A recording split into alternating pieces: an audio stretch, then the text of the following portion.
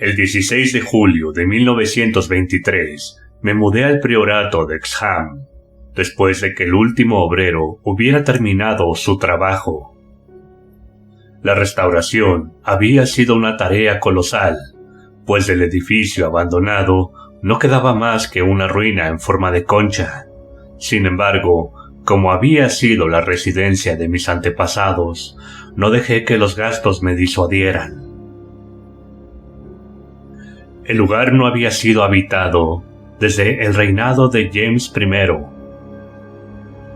cuando una tragedia de naturaleza intensamente espantosa, aunque en gran medida inexplicable, había acabado con el amo, 5 de sus hijos y varios criados, y expulsado bajo una nube de sospecha y terror al tercer hijo, mi progenitor en línea y único superviviente del aborrecido linaje.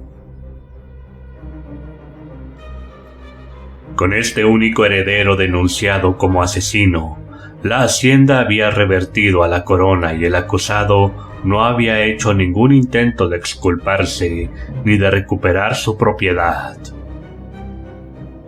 Sacudido por un horror mayor que el de la conciencia o la ley, expresado solo un deseo frenético de excluir el antiguo edificio de su vista y su memoria, Walter de la Poer, 11º barón de Exham, huyó a Virginia y ahí fundó la familia que en el siglo siguiente había llegado a ser conocida como de la Poer.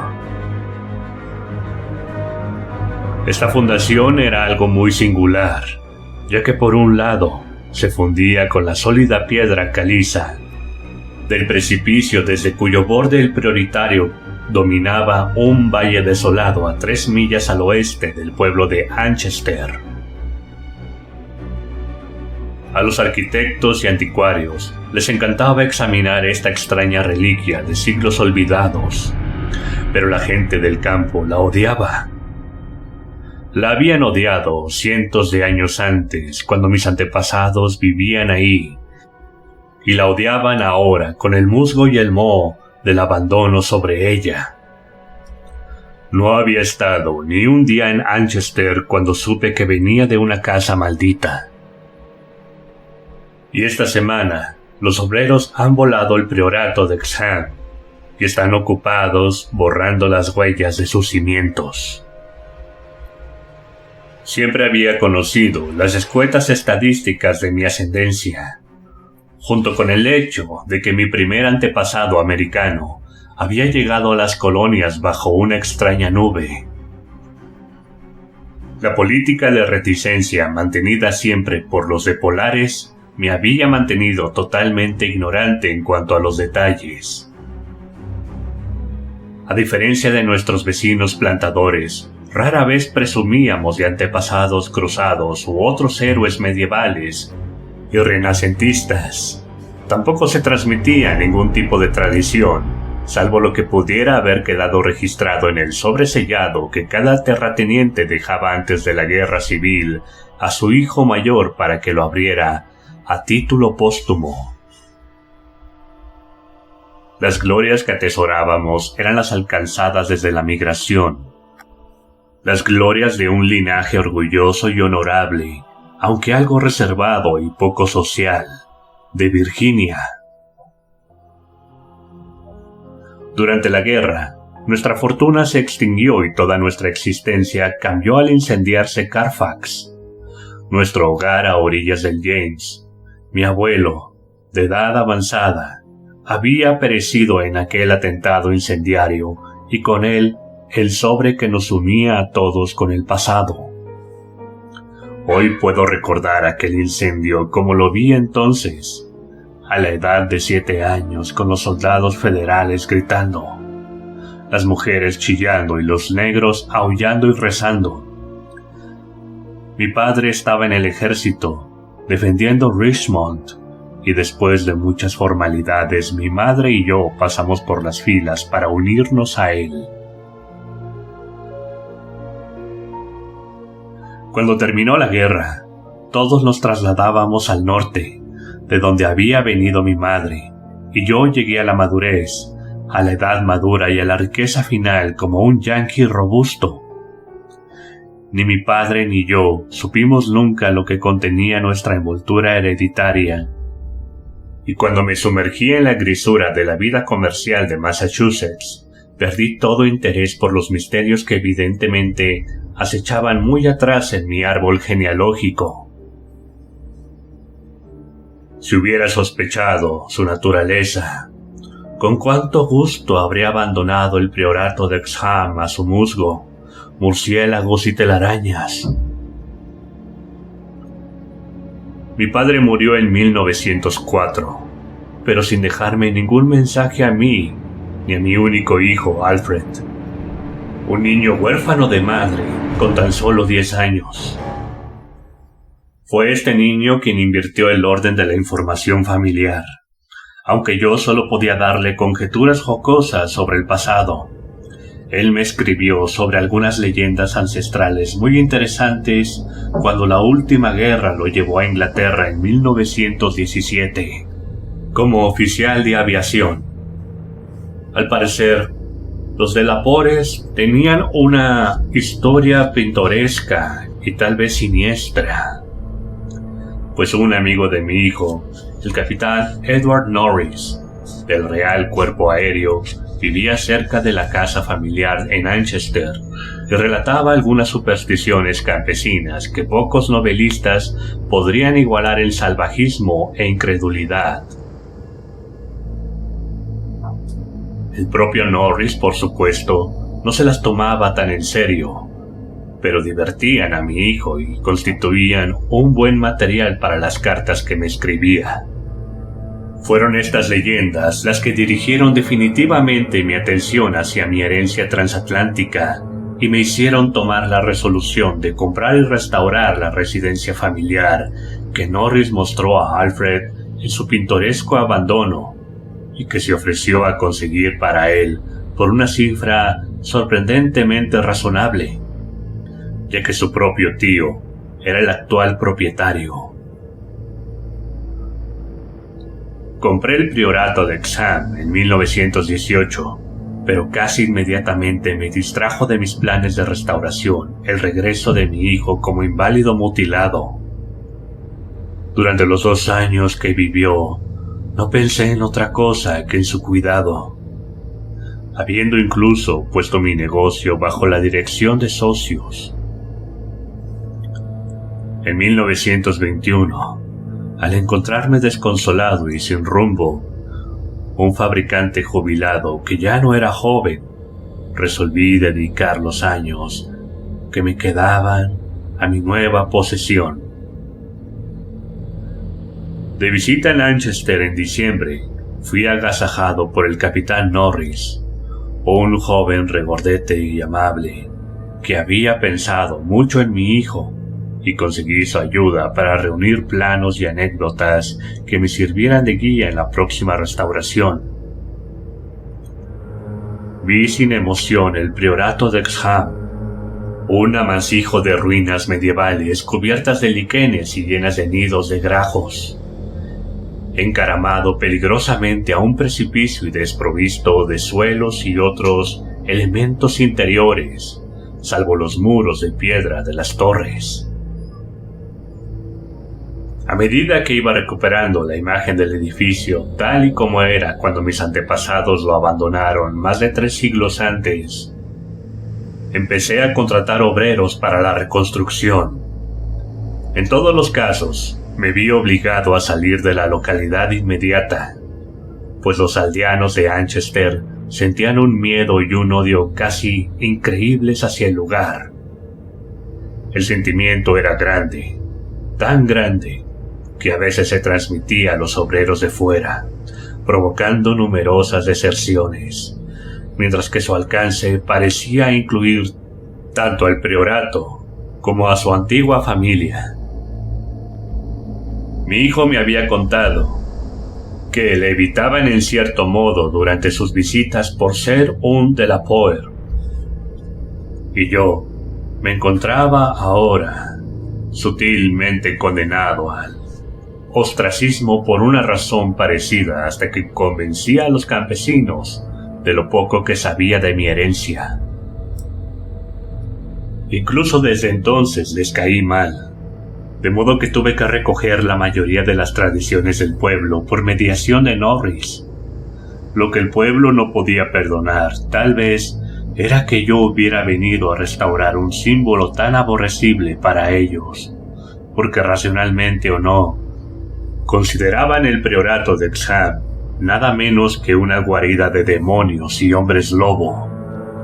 Recopilando las historias que Norris reunió para mí y complementándolas con los relatos de varios sabios que habían estudiado las ruinas, deduje que el priorato de Exham se alzaba en el emplazamiento de un templo prehistórico, algo druídico o predruídico, que debió de ser contemporáneo de Stonehenge, que ahí se habían celebrado ritos indescriptibles. Pocos lo dudaban. Ya había historias desagradables de la transferencia de estos ritos al culto de Cibeles, que habían introducido los romanos. Las inscripciones aún visibles en el subsótano llevaban letras tan inconfundibles como Dip Ops Magna Mat, signo de la Magna Mater, cuyo oscuro culto estuvo en otro tiempo vanamente prohibido a los ciudadanos romanos. Anchester había sido el campamento de la tercera región augusta. Como atestiguan numerosos restos, y se decía que el templo de Cibeles era espléndido y estaba atestado de fieles que realizaban ceremonias sin nombre a las órdenes de un sacerdote frigio. Los relatos añadían que la caída de la antigua religión no puso fin a las orgías en el templo, sino que los sacerdotes vivían en la nueva fe sin verdadero cambio. Del mismo modo, se decía que los ritos no desaparecieron con el poder romano y que algunos de los sajones añadieron algo a lo que quedaba del templo y le dieron el perfil esencial que posteriormente conservó, convirtiéndolo en el centro de un culto temido en la mitad de Heptarquia. Alrededor del año 1000 después de Cristo, se menciona el lugar en una crónica como un importante priorato de piedra que albergaba una extraña y poderosa orden monástica y estaba rodeado de extensos jardines que no necesitaba muros para excluir a una población atemorizada. Nunca fue destruido por los daneses, aunque tras la conquista romana debió de decaer enormemente, ya que no hubo impedimento alguno cuando Enrique III concedió el lugar a mi antepasado, Gilbert de la Proer, primer barón de Exham, en 1261. De mi familia antes de esta fecha no hay ningún mal informe, pero algo extraño debió de ocurrir entonces.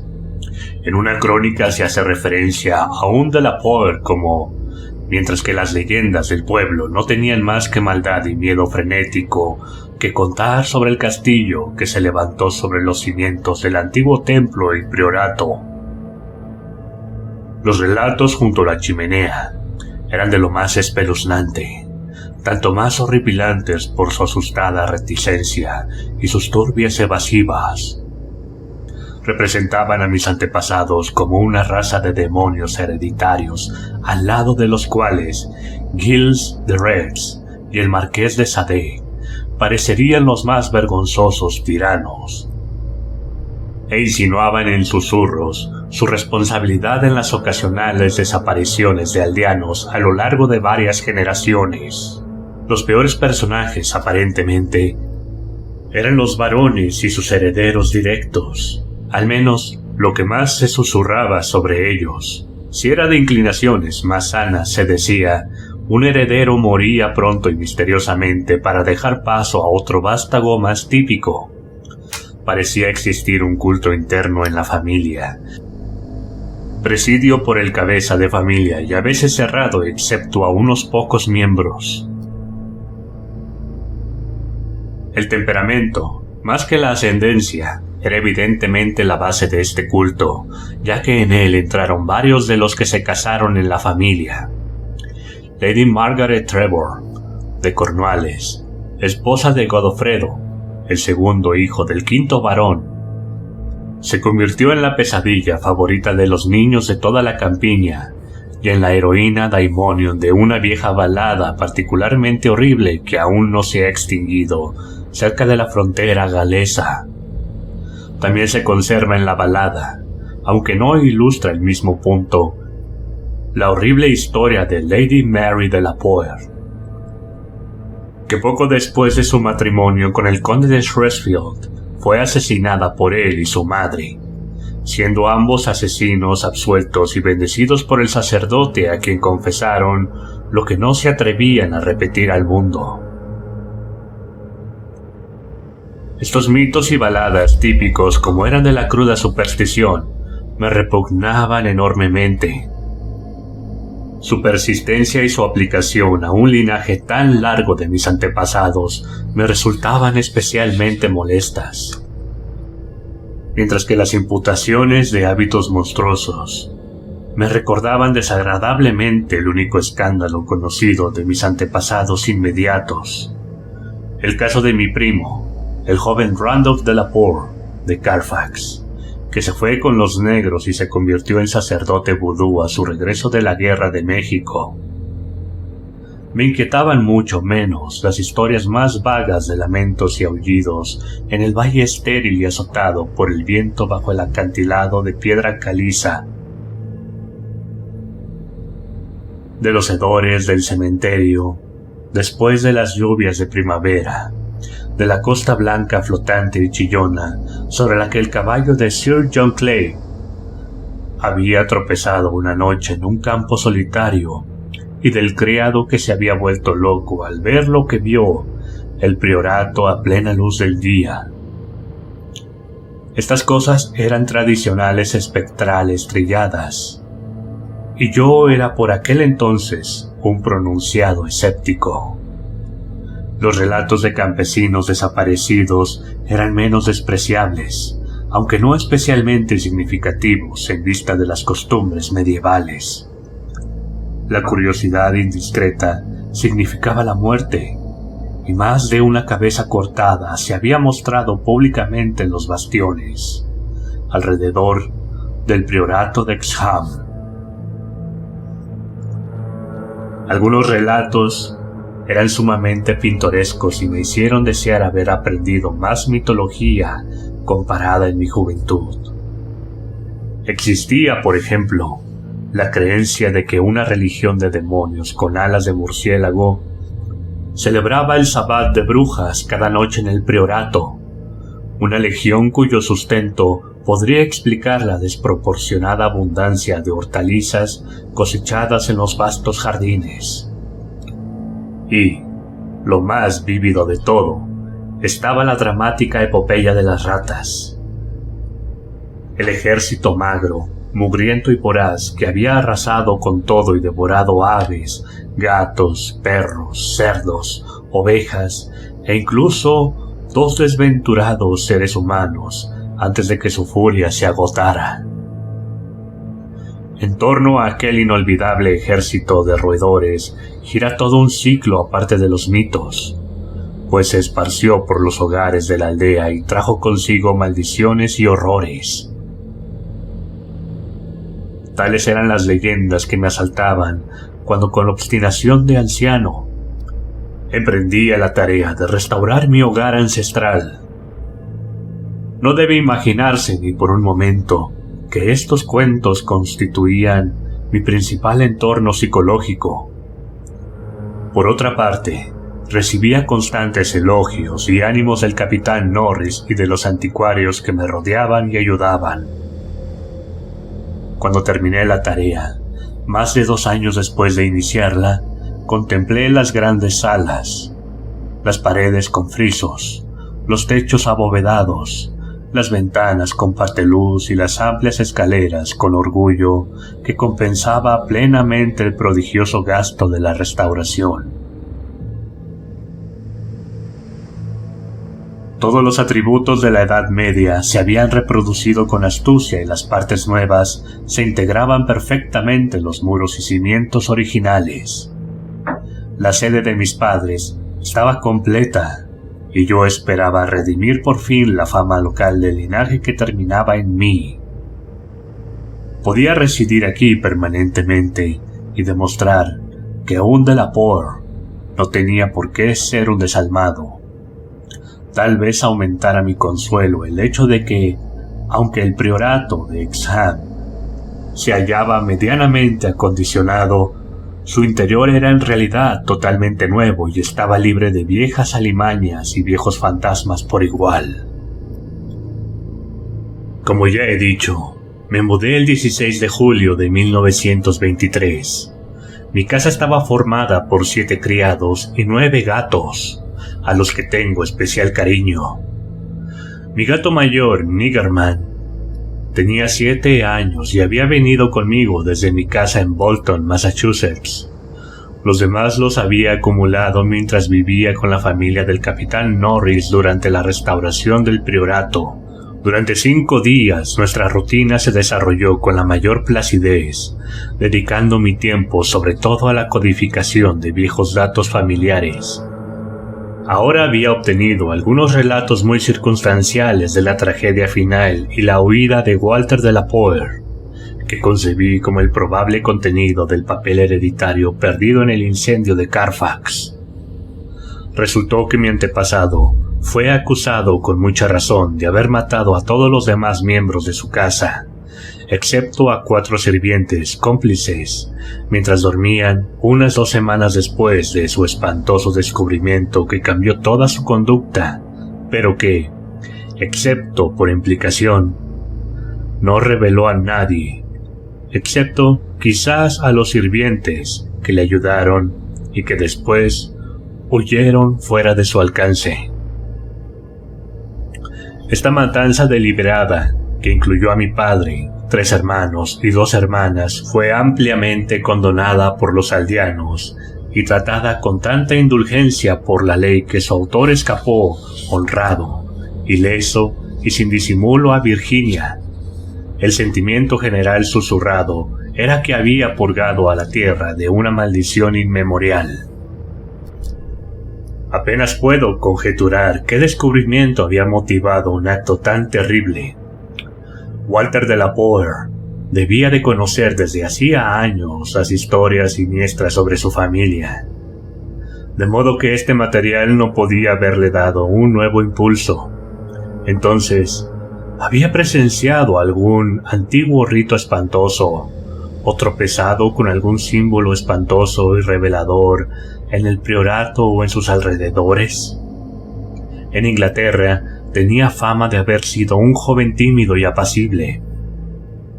En Virginia no parecía tan duro o amargado como acosado y aprensivo. En el diario de otro caballero aventurero, Francis Harley, de Bellevue, se hablaba de él como un hombre de justicia, honor y delicadeza incomparables. El 22 de julio se produjo el primer incidente que, aunque en aquel momento se les estimó a la ligera, adquiere un significado prenatural en relación con los acontecimientos posteriores. Fue tan simple que resultó casi insignificante y no podría haber sido advertido dadas las circunstancias. Pues debe recordarse que, dado que me encontraba en un edificio prácticamente nuevo, salvo por las paredes y rodeado de un equilibrado personal de servicio, la aprehensión habría sido absurda a pesar del lugar. Lo que recordé después fue simplemente esto, que mi viejo gato negro, cuyos estados de ánimo conozco tan bien, estaba indudablemente alerta y ansioso hasta un punto totalmente ajeno a su carácter natural. Vagaba de una habitación a otra, inquieto y perturbado, y olfateaba constantemente las paredes que formaban parte de la estructura gótica. Me doy cuenta de lo trillado que suena esto, pero no puedo reprimirlo sistemáticamente. Al día siguiente, un criado se quejó de que todos los gatos de la casa estaban inquietos, vino a verme a mi estudio, una elevada habitación occidental en el segundo piso con arcos estriados, paneles de roble negro y una triple ventana gótica con vistas al acantilado de piedra caliza y al valle desolado. E incluso mientras hablaba, vi la silueta de Niggerman arrastrándose por la pared oeste y arañando los nuevos paneles que cubrían la antigua piedra. Le dije al hombre que debía de haber un olor o emanación singular procedente de la vieja piedra, imperceptible para los sentidos humanos, pero que afectaba los delicados órganos de los gatos, incluso a través de la nueva carpintería.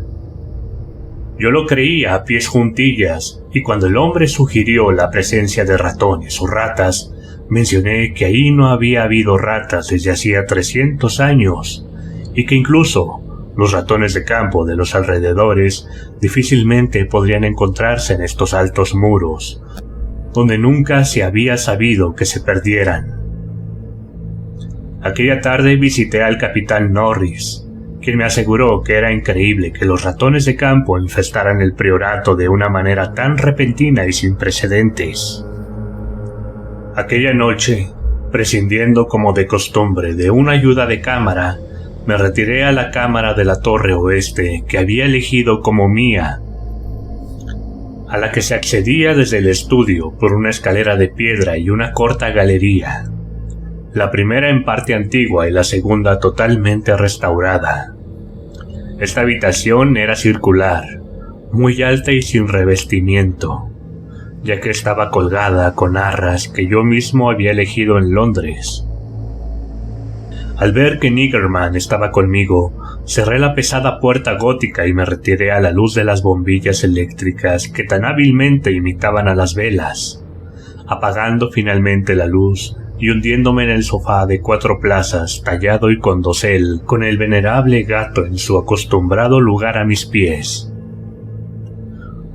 No corrí las cortinas, sino que miré por la estrecha ventana a la que daba. Había una sospecha de aurora en el cielo, y los delicados trazos de la ventana se silueteaban agradablemente. En algún momento debí quedarme tranquilamente dormido, pues recuerdo una clara sensación de estar abandonando extraños sueños, cuando el gato se sobresaltó violentamente de su plácida posición. Lo vi en el tenue resplandor auroral, con la cabeza inclinada hacia adelante, las patas delanteras sobre mis tobillos y las traseras estiradas hacia atrás. Miraba intensamente a un punto de la pared, situado algo al oeste de la ventana, un punto que a mis ojos no tenía nada que lo señalara, pero hacia el cual se dirigía ahora toda mi atención. Y mientras observaba, supe que Niggerman no estaba excitado en vano. No puedo decir si las arras se movieron realmente. Creo que sí, muy levemente, pero lo que sí puedo jurar es que detrás de ellas oí un ruido bajo y claro, como de ratas o ratones. En un momento, el gato había saltado sobre el tapiz, derribando con su peso la parte afectada y dejando al descubierto una antigua y húmeda pared de piedra, remendada aquí y allá por los restauradores y sin rastro de roedores merodeadores. Niggerman corrió arriba y abajo por el suelo junto a esta parte de la pared, arañando las arras caídas y tratando a veces de introducir una pata entre la pared y el suelo de roble. No encontró nada, y al cabo de un rato regresó cansado a su lugar a mis pies. Yo no me había movido, pero aquella noche no volví a dormir.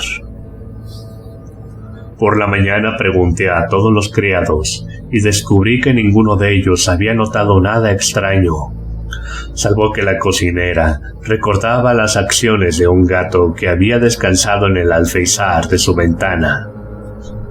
Este gato había aullado a una hora desconocida de la noche, despertando a la cocinera a tiempo para que ella lo viera lanzarse decididamente por la puerta abierta escaleras abajo. Pasé el mediodía durmiendo y por la tarde volví a visitar al capitán Norris, que se interesó mucho por lo que le contaba. Los extraños incidentes apelaron a su sentido de lo pintoresco y le suscitaron una serie de reminiscencias de la tradición fantasmal local.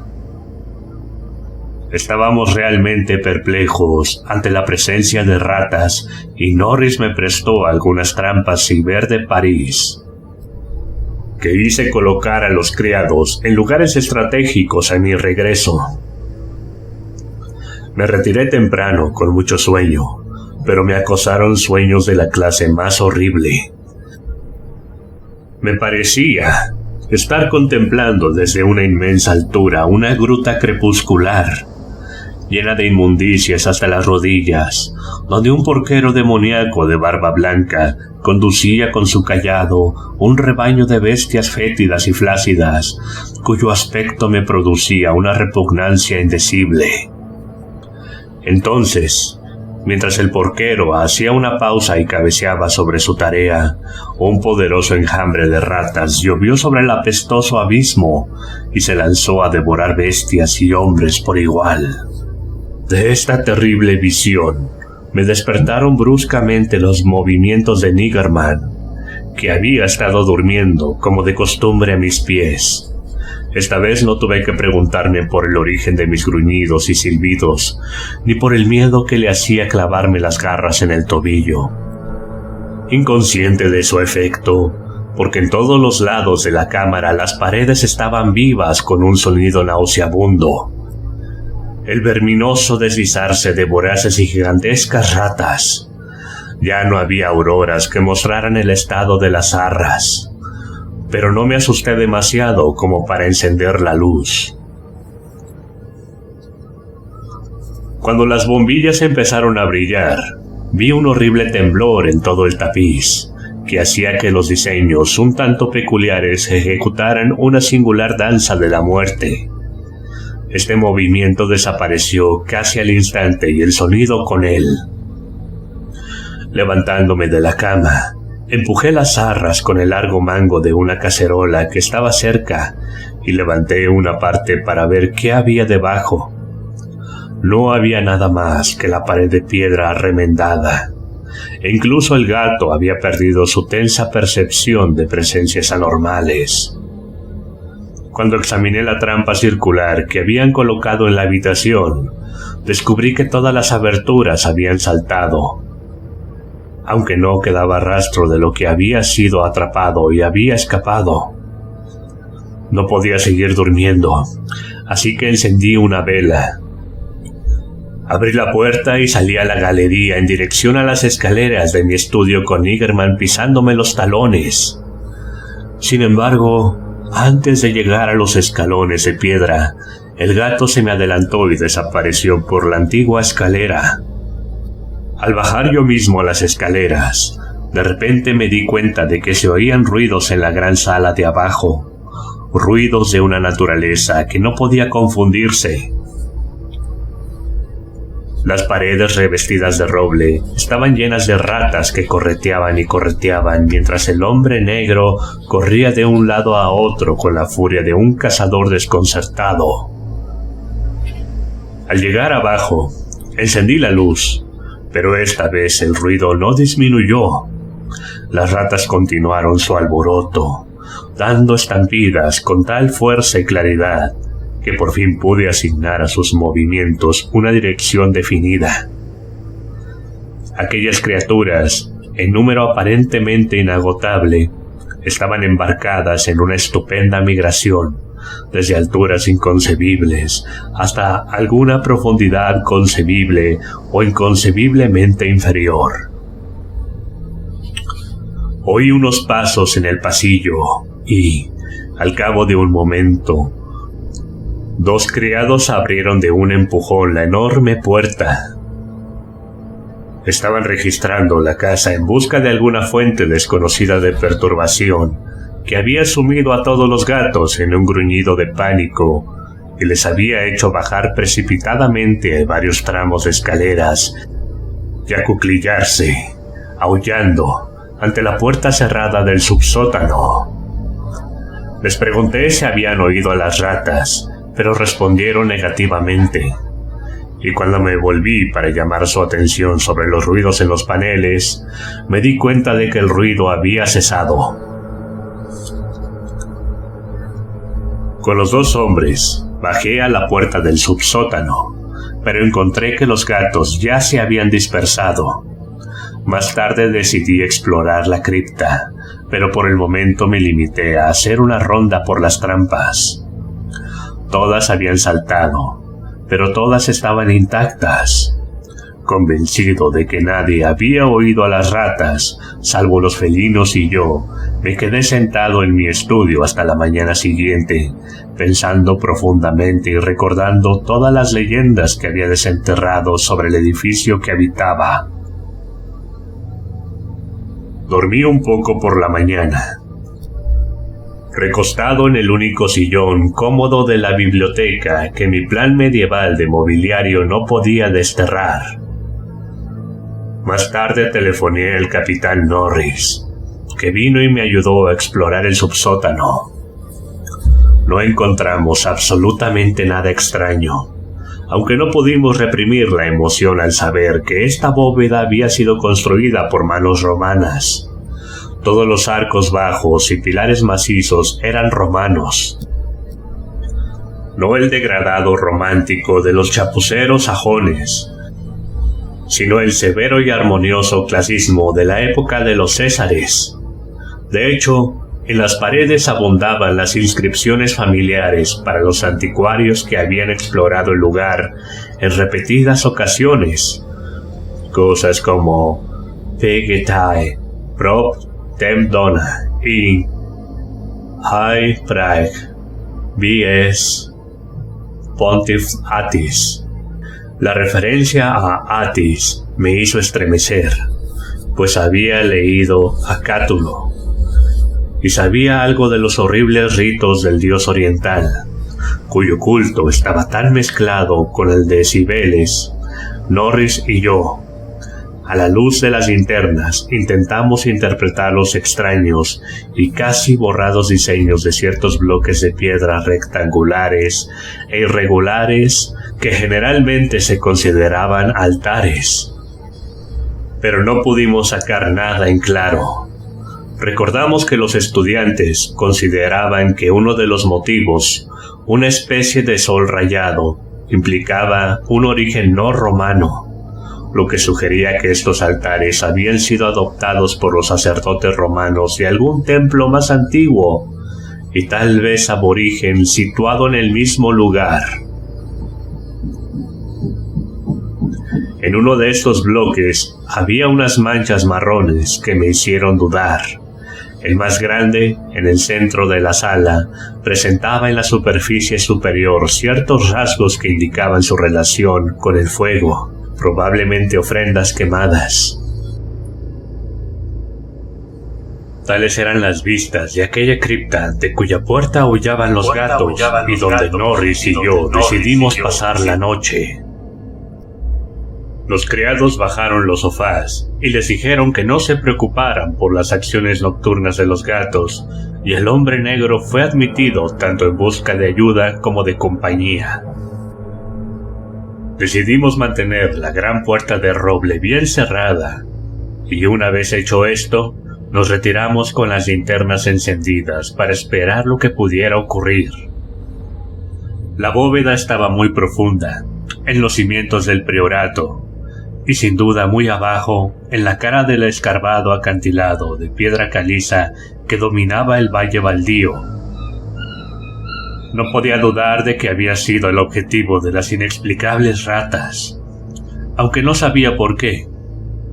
Mientras permanecíamos ahí, expectantes, mi vigilia se mezclaba de vez en cuando con sueños a medio formar, de los que me despertaban los inquietantes movimientos del gato sobre mis pies. Estos sueños no eran sanos, sino horriblemente parecidos al que había tenido la noche anterior, Volví a ver la gruta crepuscular y al porquero con sus innombrables bestias fúngicas revolcándose en la inmundicia, y a medida que miraba estas cosas me parecían más cercanas y más nítidas, tan nítidas que casi podía observar sus rasgos. Entonces observé los rasgos flácidos de uno de ellos y desperté con un grito, tal que Niggerman se puso en marcha mientras el capitán Norris, que no había dormido, se reía considerablemente. Norris podría haberse reído más, si hubiera querido, que fue lo que me hizo gritar, pero no lo recordé hasta más tarde. El horror último a menudo paraliza la memoria de un modo misericordioso. Norris me despertó cuando comenzaron los fenómenos. Me sacó del mismo sueño espantoso, sacudiéndome suavemente e instándome a que escuchara a los gatos. En efecto, al final de los escalones de piedra había una verdadera pesadilla de gritos y zarpazos felinos, mientras el hombre negro, sin acordarse de sus congéneres de fuera, corría excitado alrededor de las paredes de piedra desnuda, en las que oí la misma babel de ratas correteando que me había preocupado la noche anterior. Un agudo terror se apoderó de mí, pues había anomalías que nada anormal podía explicar.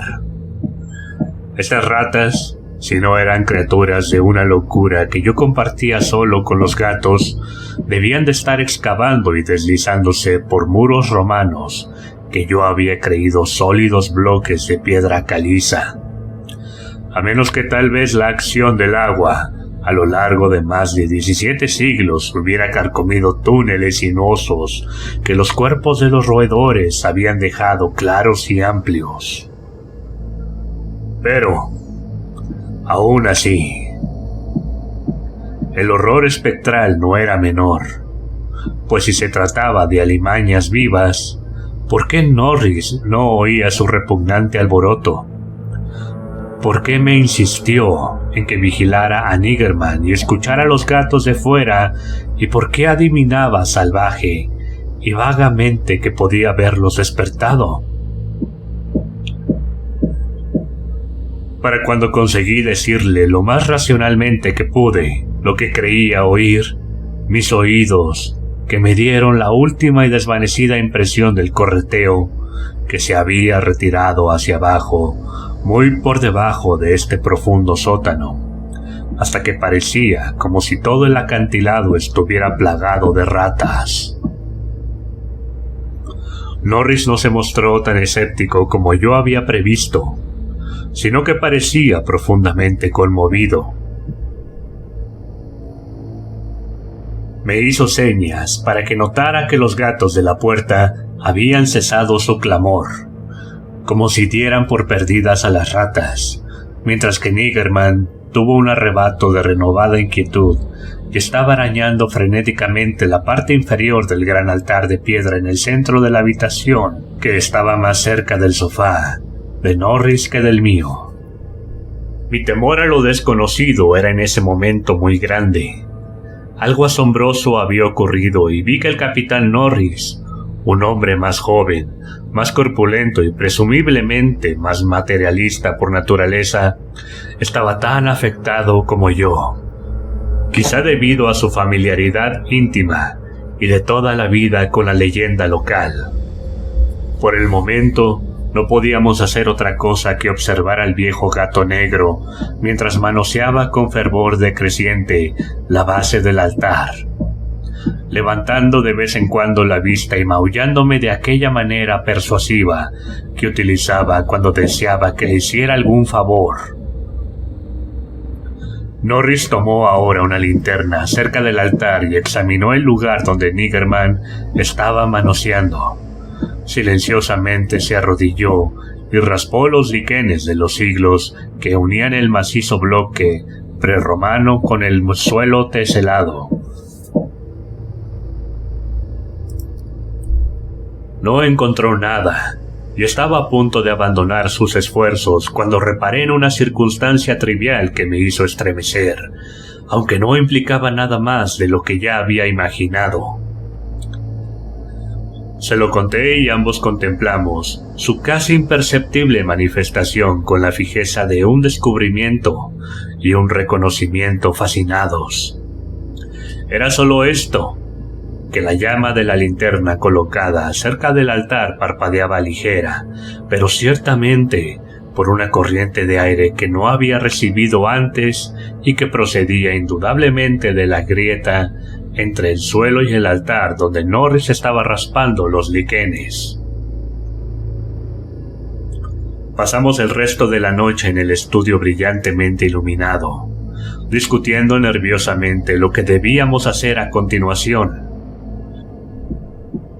El descubrimiento de alguna bóveda más profunda que la más profunda mampostería conocida de los romanos subyacía bajo esa pila maldita. Alguna bóveda insospechada por los curiosos anticuarios de 3 siglos habría sido suficiente para excitarnos sin ningún trasfondo de lo siniestro.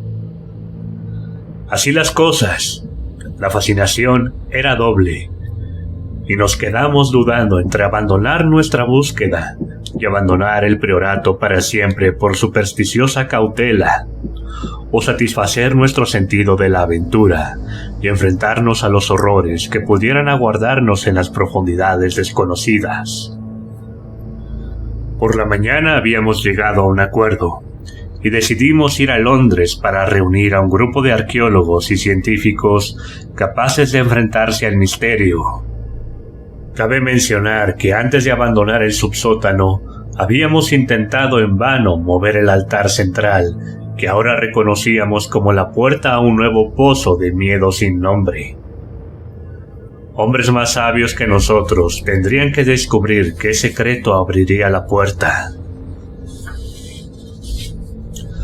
Durante muchos días en Londres, el capitán Norris y yo presentamos nuestros hechos, conjeturas y anécdotas legendarias a 5 eminentes autoridades.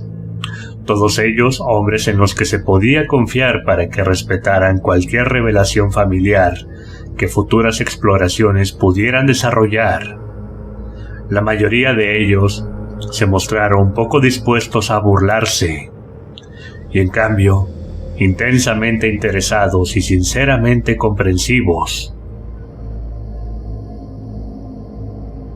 Apenas es necesario nombrarlos a todos, pero puedo decir que entre ellos se encontraba Sir William Brinton, cuyas excavaciones en la Troad entusiasmaron a la mayor parte del mundo en su día. Mientras todos tomábamos el tren para Manchester, me sentía al borde de espantosas revelaciones, sensación simbolizada por el aire de luto que se respiraba entre los numerosos norteamericanos ante la inesperada muerte del presidente al otro lado del mundo. La tarde del 7 de agosto llegamos al priorato de Hexham, donde los criados me aseguraron que no había ocurrido nada extraño. Los gatos, incluso el viejo Niggerman, se habían mostrado perfectamente plácidos y no había saltado ni una sola trampa en la casa. Al día siguiente comenzaríamos la exploración, en espera de lo cual asigné habitaciones bien equipadas a todos mis huéspedes. Yo mismo me retiré a la habitación de mi torre con Niggerman a mis pies. Dormí rápidamente, pero me asaltaron sueños horribles. Tuve la visión de un banquete romano, como el de Trimalchio con un horror en una bandeja cubierta. Luego vino esa cosa maldita y recurrente sobre el porquero y su inmunda manada en la gruta crepuscular. Sin embargo, cuando me desperté era pleno día con sonidos normales en la casa de abajo. Las ratas vivas o espectrales no me habían molestado y el hombre negro seguía durmiendo tranquilamente. Al bajar comprobé que en el resto de la casa reinaba la misma tranquilidad, una condición que uno de los criados reunidos, un tipo llamado Thornton, devoto de lo psíquico, atribuyó absurdamente al hecho de que ahora se me había mostrado lo que ciertas fuerzas habían deseado mostrarme. Todo estaba listo, y a las 11 de la mañana todo nuestro grupo de 7 hombres, portando potentes reflectores eléctricos y herramientas de excavación, bajó al subsótano y cerró la puerta tras nosotros. Niggerman estaba con nosotros, ya que los investigadores no encontraban ocasión de despreciar su excitabilidad y, de hecho, estaban ansiosos porque estuviera presente en caso de que se produjeran oscuras manifestaciones de roedores. Observamos brevemente las inscripciones romanas y los diseños desconocidos de los altares, pues 3 de los sabios ya los habían visto y todos conocían sus características. Se prestó la máxima atención al trascendental altar central y en menos de una hora Sir William Brinton había hecho que se inclinara hacia atrás, equilibrado por alguna especie desconocida de contrapeso. Ahí se reveló un horror que nos habría sobrecogido si no hubiéramos estado preparados. A través de una abertura casi cuadrada en el suelo de baldosas, desparramadas sobre un tramo de escalones de piedra tan prodigiosamente desgastados que eran poco más que un plano inclinado en el centro, había un espantoso conjunto de huesos humanos o semihumanos.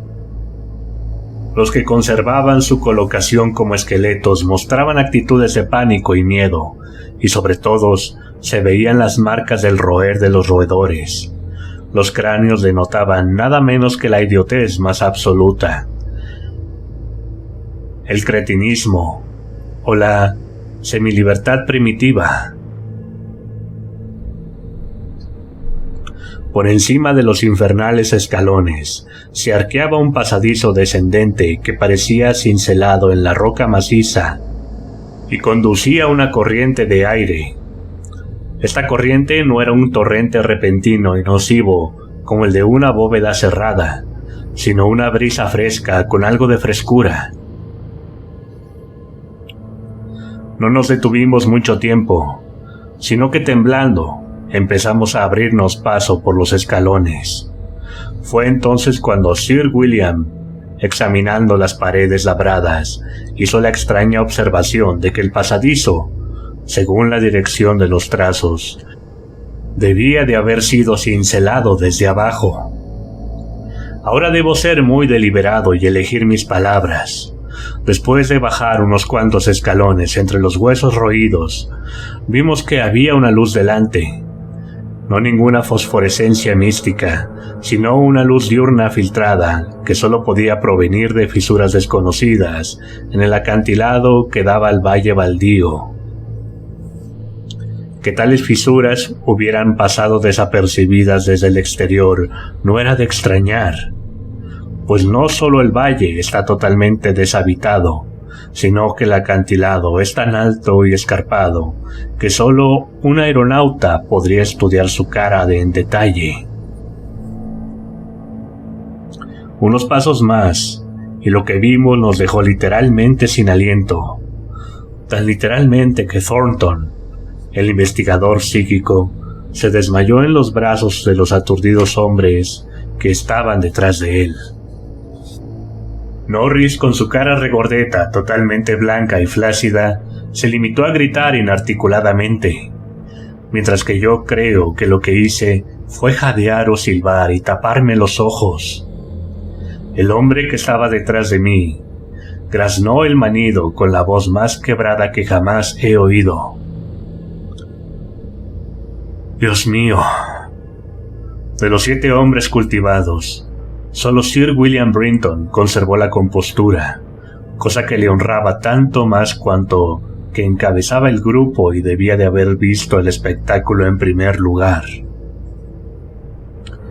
Era una gruta crepuscular de enorme altura, que se extendía más allá de lo que cualquier ojo podía ver. Un mundo subterráneo de misterio ilimitado y horrible sugestión. Había edificios y otros restos arquitectónicos.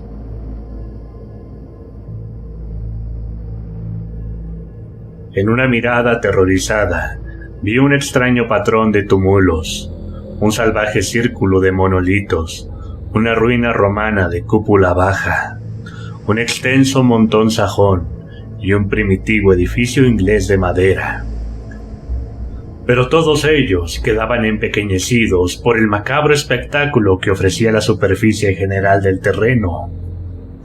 A lo largo de varios metros alrededor de la escalinata se extendía una maraña demencial de huesos humanos, o al menos tan humanos como los de la escalinata. Como un mar espumoso se extendían, algunos desmoronados, pero otros total o parcialmente articulados como esqueletos. Estos últimos invariablemente en posturas de frenesí demoníaco, bien luchando contra alguna amenaza o agarrando otras formas con intención caníbal. Cuando el Dr. Trask, el antropólogo, se detuvo a clasificar los cráneos, encontró una mezcla degradada que le desconcertó por completo. En su mayoría eran inferiores al hombre de Piltdown en la escala de la evolución, pero en todos los casos definitivamente humanos. Muchos eran de grado superior y muy pocos eran cráneos de tipos supremamente desarrollados y sensibles. Todos los huesos habían sido roídos, en su mayoría por ratas, pero también por otros del tipo medio humano. Mezclados con ellos había muchos huesos diminutos de ratas, miembros caídos del letal ejército que cerraba la antigua epopeya. Me pregunto si alguno de nosotros sobrevivió y mantuvo la cordura durante aquel espantoso día del descubrimiento. Ni Hoffman ni Huysmans pudieron concebir una escena más salvajemente increíble, más frenéticamente repelente o más góticamente grotesca que la gruta crepuscular por la que los 7 nos tambaleamos, cada uno tropezando con revelación tras revelación y tratando de evitar por un momento pensar en los acontecimientos que debieron tener lugar ahí hace 300 o 1000 o 2000 o 10.000 años. Era la antesala del infierno, y el pobre Thornton volvió a desmayarse cuando Trask le dijo que algunas de las cosas esqueléticas debían de haber descendido como cuadrúpedos a través de las últimas 20 o más generaciones. El horror se apiló sobre el horror cuando empezamos a interpretar los restos arquitectónicos. Los cuadrúpedos habían estado encerrados en corrales de piedra, de los que debieron salir en su último delirio de hambre o miedo a las ratas. Había grandes rebaños de ellos, engordados evidentemente con los toscos vegetales cuyos restos podían encontrarse como una especie de ensilaje venenoso en el fondo de los enormes contenedores de piedra más antiguos que Roma. Ahora sabía por qué mis antepasados habían tenido jardines tan desmesurados. Ojalá pudiera olvidarlo. No tuve que preguntar el propósito de los rebaños. Sir William, de pie con su reflector en la ruina romana, tradujo en voz alta el ritual más espantoso que jamás he conocido, y contó la dieta del culto antediluviano que los sacerdotes de Cibeles encontraron y mezclaron con la suya. Norris, acostumbrado como estaba a las trincheras, no podía caminar derecho cuando salió del edificio inglés. Era una carnicería y una cocina, pero era demasiado ver utensilios ingleses conocidos en un lugar así, y leer ahí grafitis ingleses conocidos, algunos tan recientes como 1610. No podía entrar en aquel edificio cuyas actividades demoníacas solo fueron detenidas por la daga de mi antepasado, Walter de la Poer. En lo que sí me aventuré a entrar fue en el bajo edificio sajón, cuya puerta de roble se había caído, y allí encontré una terrible hilera de 10 celdas de piedra con barrones oxidados.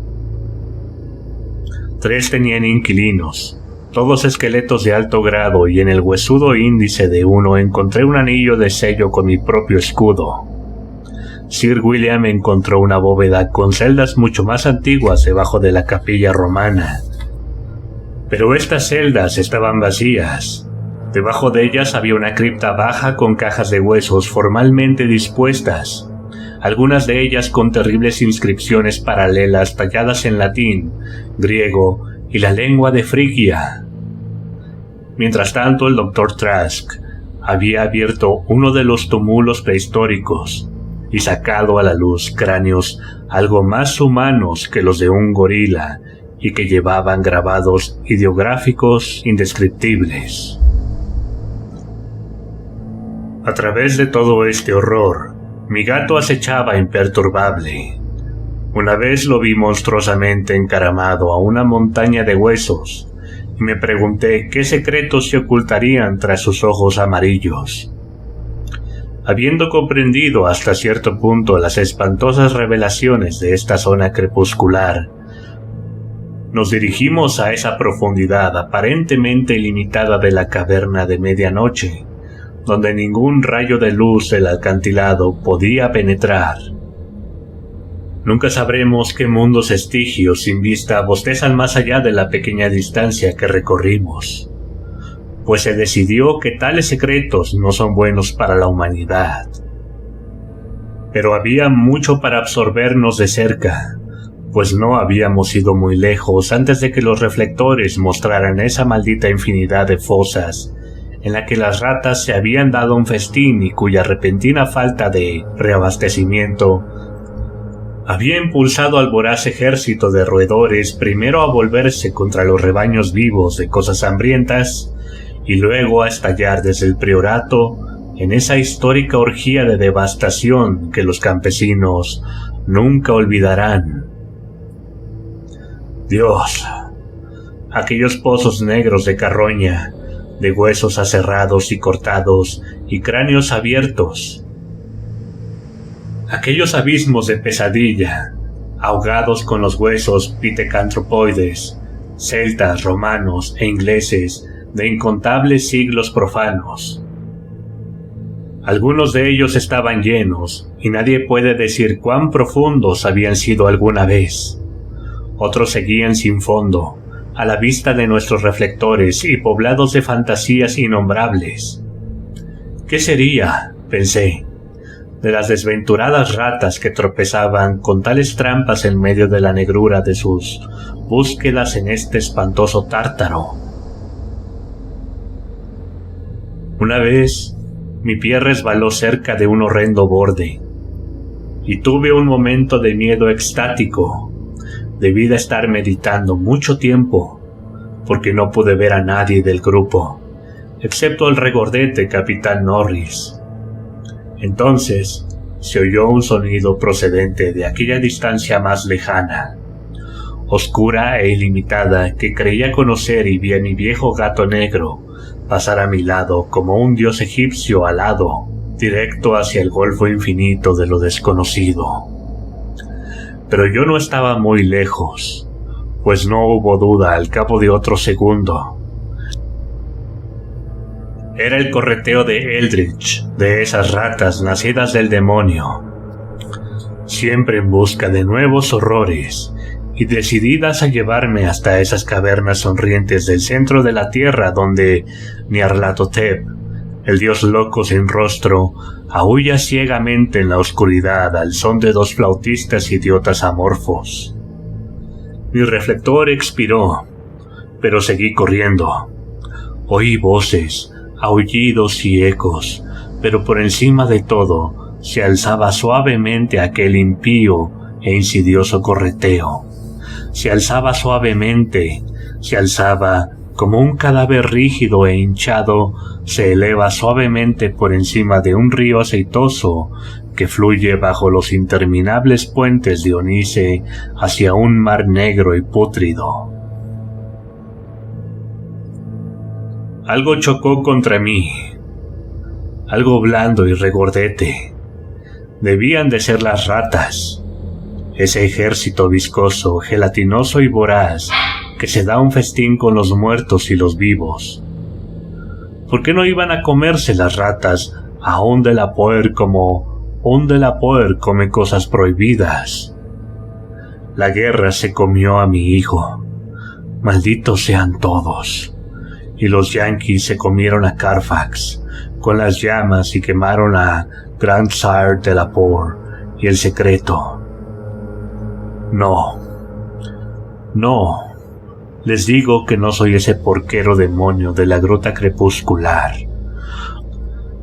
No era la gorda cara de Edward Norris en esa fofa cosa fungosa. ¿Quién dice que soy un Delapoer? Él vivió, pero mi hijo murió. ¿Acaso un Norris se apoderará de la tierra de un Delapoer? Es vudú, te digo. Esa serpiente manchada. Maldito seas, Thornton. Te enseñaré a desmayarte con lo que hace mi familia. Eso es lo que dicen que dije cuando me encontraron en la oscuridad después de 3 horas. Me encontraron agazapado en la oscuridad sobre el cuerpo rollizo y medio devorado del capitán Norris, con mi propio gato saltando y desgarrándome la garganta. Ahora han volado el priorato de Exham. Me han quitado a mi hombre negro y me han encerrado en esta habitación enrejada de Hanwell con temibles susurros sobre mi herencia y mi experiencia. Thornton está en la habitación contigua, pero me impiden hablar con él.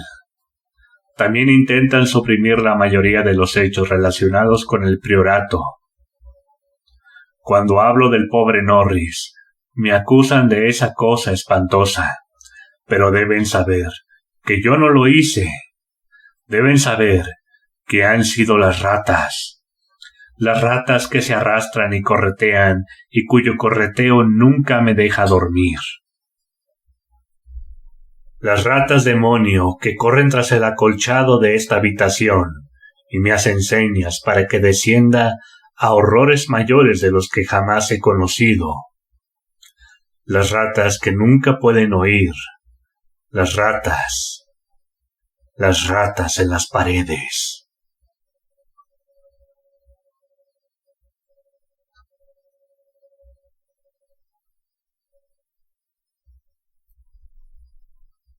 Buenas noches a todos.